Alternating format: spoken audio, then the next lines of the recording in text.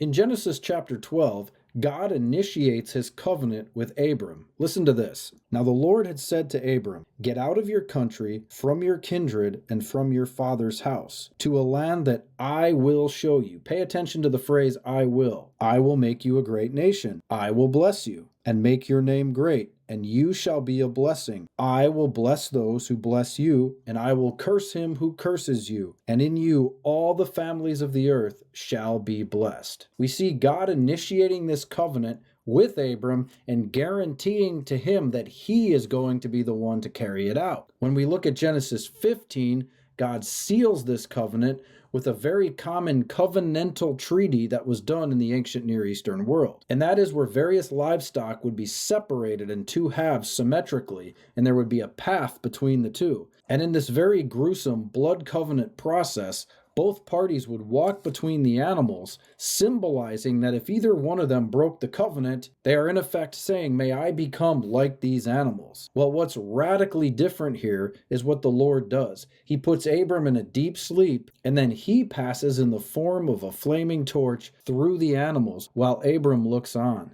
God is saying, I am the one who initiated this covenant, and I am swearing by myself that I am going to be the one who carries it out. This is a radical demonstration of God's commitment to carry out the covenant that he made with Abram. In Genesis 15:17 we read, "And it came to pass when the sun went down and it was dark, that behold, there was a smoking oven and a burning torch that passed between those pieces." The Abrahamic covenant was unconditional. In other words, Abram was not required to keep up his end of the bargain. The requirement is on God himself to keep the covenant he made with Abram. Galatians 3:9 tells us that those who are of faith are blessed with believing Abraham. It all started in Genesis 12 when God initiated the covenant with Abram, and it was sealed in Genesis 15 when God himself passes through the animals, telling Abram that he will fulfill this covenant.